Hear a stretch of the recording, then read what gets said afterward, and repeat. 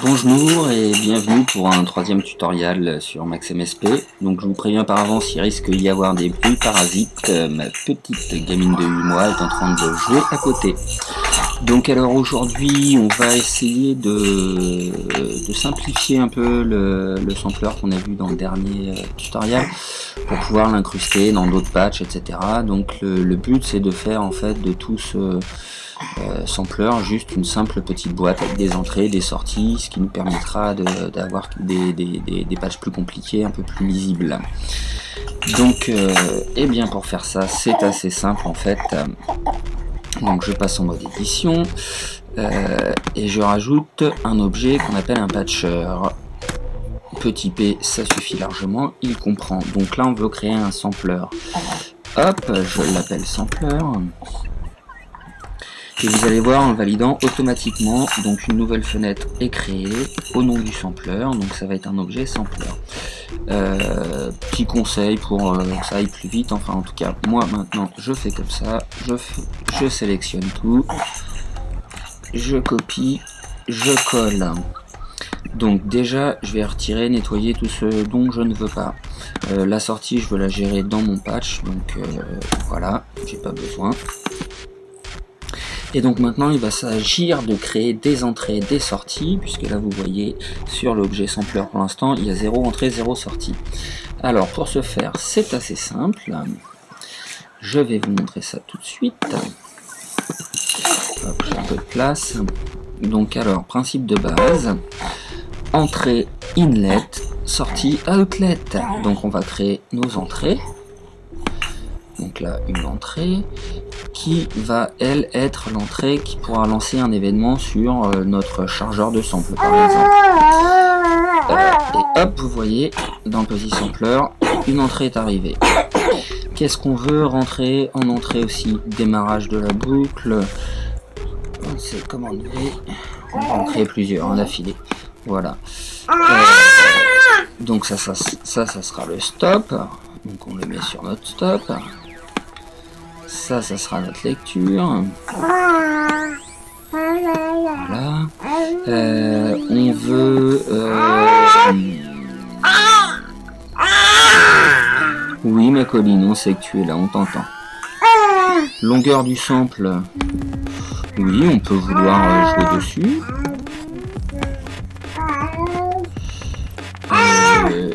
Et puis, oui, notre petit...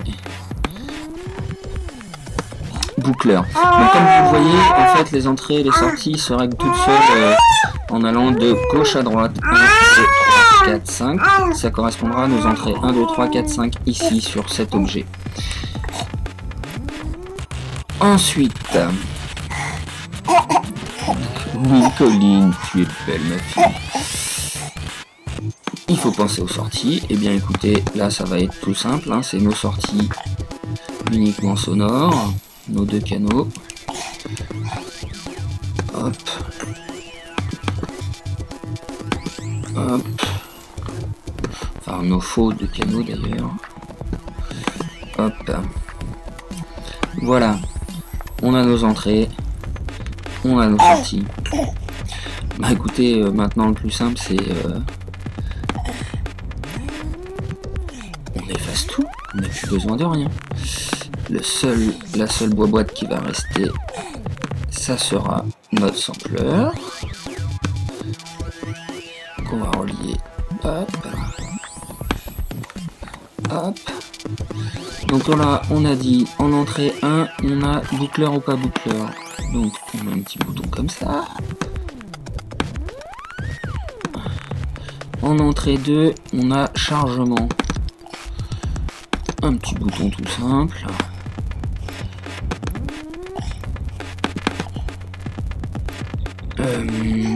Ensuite,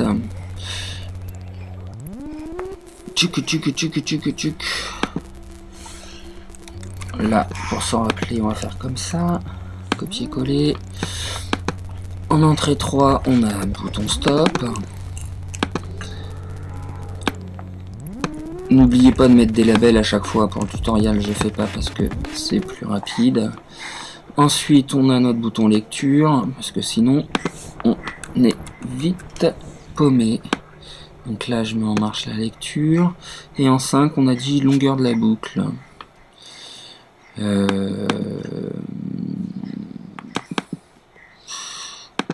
n'est pas obligé de l'affecter. Hop. Eh bien, on va passer en mode exécution. Et là, on va aller lui demander de charger un sample. Hop. La fenêtre s'ouvre. Tic tic.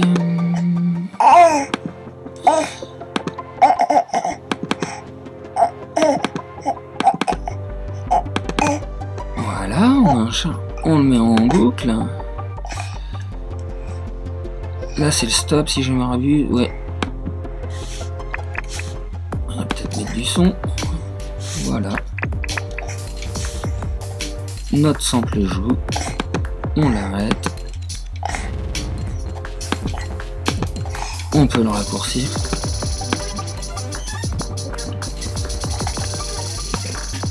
Donc voilà. Ce qu'il y a à retenir, c'est que vous voyez, en fait, là maintenant on va pouvoir, si on souhaite, mettre plein d'objets sampleurs différents dans notre patch. Donc c'est ce qu'on verra dans le prochain tutoriel.